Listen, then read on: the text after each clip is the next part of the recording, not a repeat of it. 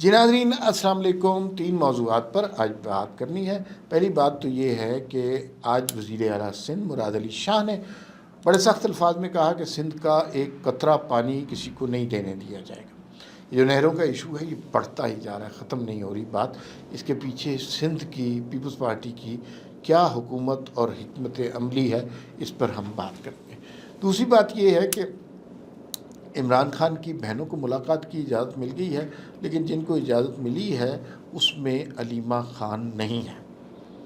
ان کی بہن نورین خان کو اور عظمیٰ خان کو اجازت ملی ہے، لیکن علیمہ خان کو اجازت نہیں ملی۔ علیمہ خان کو اجازت کیوں نہیں ملتی، اس پر بات کریں گے۔ اور آخر میں ایک بڑی خوشائن خبر ڈھاکہ سے، اور وہ یہ ہے کہ ڈھاکہ یونیورسٹی کے طلباء نے جو ہے یہ فیصلہ کیا یا ایک ریزولوشن پاس کی کہ ڈھاکہ یونیورسٹی کے ایک ہاسٹل کا نام 21 اپریل کو علامہ اقبال کے یوم وفات کے مطابق جو ہے وہ بنانا چاہیے، علامہ اقبال ہاسٹل۔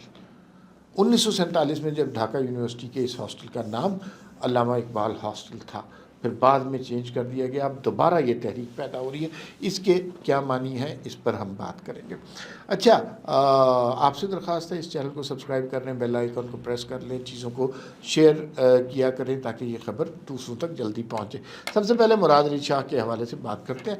مراد علی شاہ نے جہاں پہ اپنی تقریر میں یہ کہا، وزیر اعلیٰ سندھ نے، کہ ہم سندھ کے پانی کا ایک قطرہ بھی کسی کو نہیں لینا دیں گے، وہاں پہ سندھ کی نیشنلسٹ جماعتیں جو ہیں ان کو سمجھانے کی کوشش کی کہ بھائی یہ جو ہے نا، ہم ہیں سندھ کا دفاع کرنے کے لیے، آپ کو ہڑتالیں ہنگامے کرنے کی ضرورت نہیں ہے۔ اب ذرا پیپلز پارٹی کی سچویشن سمجھ لیں۔ پیپلز پارٹی کی سندھ میں کیا سچویشن ہے؟ سچی بات ہے، پیپلز پارٹی مشکل سچویشن میں ہے۔ جو نیشنلسٹ ہے نا، نیشنلسٹ جماعتیں ہیں پیپلز پارٹی سندھ کی، وہ کہہ رہی ہیں کہ پیپلز پارٹی نے سندھ کو بیچ کھایا، سندھ کے مفادات پر سمجھوتا کر لیا، اور پیپلز پارٹی جو ہے نا اب اس کو سندھ میں کوئی رول نہیں ادا کرنا چاہیے۔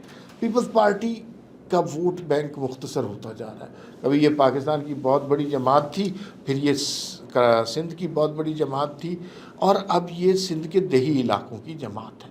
اگر وہاں سے بھی اس کا ووٹ بینک ختم ہو گیا تو پھر تو بڑی مشکل ہو جائے گی۔ اور نیشنلسٹ جو ہیں یہ کہہ رہے ہیں کہ سندھ کا حق چرایا جا رہا ہے، وفاق چرا رہا ہے، پنجاب چرا رہا ہے، اور پیپلز پارٹی اس پہ آواز نہیں بلند کر رہی۔ اس پہ آواز تو بلند کر رہی ہے۔ بلاول بھٹو نے بڑی سخت تقریر کی، اور مراد علی شاہ نے بھی بڑے سخت الفاظ کیے، تو آواز تو بلند کر رہی ہے۔ لیکن پیپلز پارٹی کی ایک اور مجبوری ہے، اور وہ مجبوری یہ ہے کہ پیپلز پارٹی ایک ارینجمنٹ کے تحت، ایک ایگریمنٹ کے تحت وفاق کا حصہ ہے۔ آئینی عہدے ان کے پاس نہیں ہیں، لیکن وہ وفاق کا حصہ ہیں، اور وہ ارینجمنٹ کچھ ایسا ہے کہ پیپلز پارٹی چاہے بھی تو اس ارینجمنٹ سے نہیں نکل سکتی۔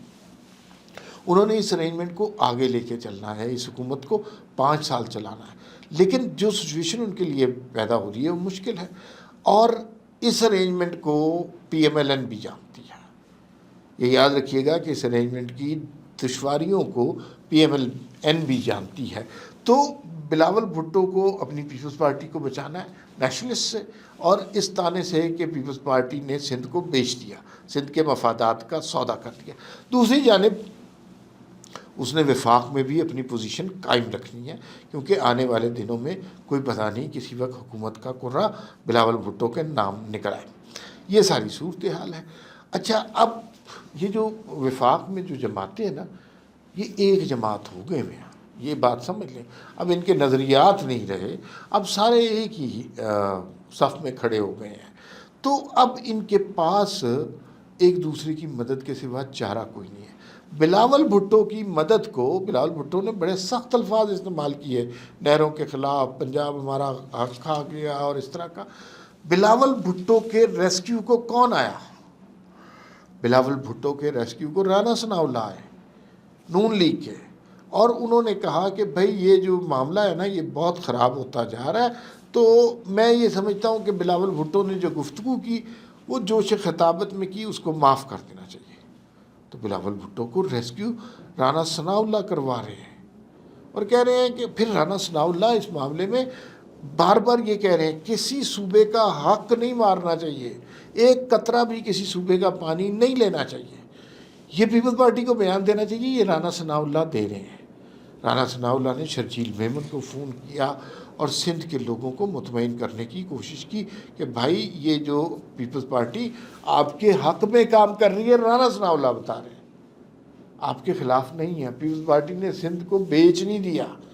تو یہ ایک صورتحال پیدا ہو رہی ہے جس سے اندازہ ہو رہا ہے کہ یہ جو ارینجمنٹ ہے یہ چلانے کی ہر ممکن کوشش کی جائے گی، اس سے نکلنے کا کسی کے پاس کوئی چانس نہیں ہے، اور سارے مل کر اس سسٹم کو چلائیں گے، 5 سال چلائیں گے، اور اگر ممکن ہوا تو 10 سال بھی چلا سکتے ہیں۔ یہ بہت ہی ضروری بات ہے اس سسٹم کے لیے کہ یہ سسٹم ہلے نہ، جو جہاں ہے وہیں پہ رہے اور 10 سال تک رہے۔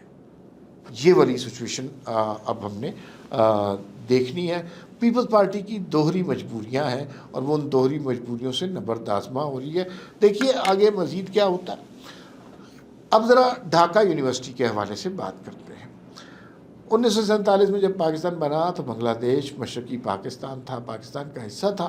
ڈھاکہ یونیورسٹی کے ہاسٹل کا نام علامہ اقبال ہاسٹل تھا، اور یہ بہت بڑی بات تھی۔ اور علامہ اقبال صاحب کا پیغام جو ہے نا وہ آفاقی پیغام ہے، وہ کسی ایک علاقے تک محدود پیغام نہیں ہے۔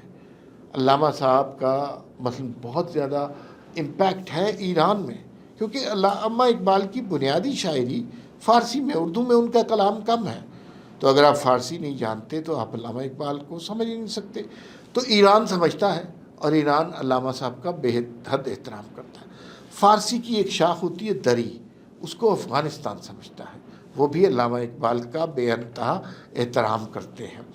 اور پھر اس کے بعد ترکی میں علامہ اقبال کے نام سے شہر ہے، جرمنی میں علامہ اقبال کے نام سے ایک سڑک ہے، لندن میں ان کے حوالے سے کیا کچھ ہے۔ تو بنیادی طور پر علامہ اقبال ایک آفاقی شخصیت تھے، اور ان کے بارے میں کسی نے شعر کہا تھا کہ آنے والے زمانے تیرے ہیں، ہے تیرا دور دور آئندہ۔ یعنی اقبال ابھی سمجھ نہیں آیا لوگوں کو۔ علامہ اقبال کے بارے میں کسی فلسفی سے پوچھا گیا تو انہوں نے کہا اقبال وہ شاعر تھا، وہ فلسفی تھا جو اپنے وقت سے پہلے آ گیا تھا۔ اور اب ہمیں اندازہ ہو رہا ہے علامہ اقبال کے انتقال کو برس گزر گئے ہیں، اس کے بعد علامہ اقبال بنگلہ دیش میں ایک دفعہ پھر نمایاں ہو رہے ہیں۔ تو اقبال کا پیغام آفاقی تھا، اس کا خودی کا جو کانسیپٹ تھا، مرد مومن کا جو کانسیپٹ تھا، شاہین کا، عقاب کا جو کانسیپٹ تھا، بہت بڑا تھا، اور وہ سمبلزم تھا، اور وہ بنیادی طور پر مسلم امہ کی یکجہتی کے حوالے سے ایک ایسا پیغام تھا جو مسلم امہ کی بڑائی اور اتحاد کا مظہر تھا۔ اور اقبال بڑا بولڈ شاعر بھی رہا تھا۔ انہوں نے شکوہ لکھا جو بڑی ہی پاورفل نظم ہے، اور پھر جواب شکوہ بھی لکھا جو اتنی ہی پاورفل نظم ہے۔ تو علامہ صاحب کی بہرحال پذیرائی ہو رہی ہے، اور کہیں بھی دنیا میں علامہ صاحب کی پذیرائی ہوتی ہے پاکستانیوں کو ویسے ہی خوش ہونا چاہیے۔ ہمارے قومی شاعر تھے، حالانکہ وہ بین الاقوامی شاعر تھے، قومی شاعر کہہ کے ہم ذرا تھوڑا انہیں چھوٹا کر دیتے ہیں۔ اچھا یہ سچویشن ہے۔ اب ذرا بات کرتے ہیں عمران خان سے ملاقاتوں کا۔ عمران خان کا مسئلہ یہ ہو گیا کہ ان کے ساتھ ملاقاتیں ہی خبر بننا شروع ہو گئی ہیں کہ عمران خان سے ملاقاتیں ہو رہی ہیں، کس کی ہو رہی ہیں، اور اس پہ کبھی علیمہ خان باہر کسی پلازے میں بیٹھی ہوتی ہیں، کبھی جوتے اتار کے بیٹھی ہوتی ہیں، اور یہ ذرا مشکل مناظر ہوتے ہیں، لیکن بہرحال یہ سب کچھ ہو رہا ہے۔ آج سنا ہے عمران خان کی 2 بہنوں کو، عظمیٰ اور نورین کو اجازت مل گئی ہے ملنے کی، لیکن علیمہ خان کو اجازت نہیں دی گئی۔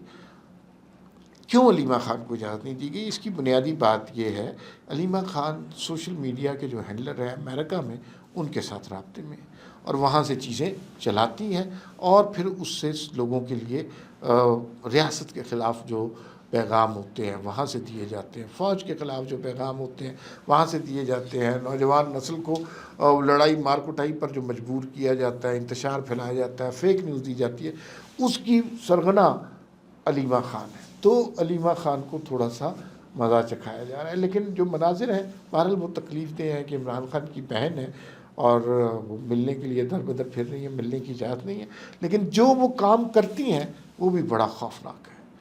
فی الوقت اتنا ہی، پھر ملاقات ہوگی۔ اللہ حافظ۔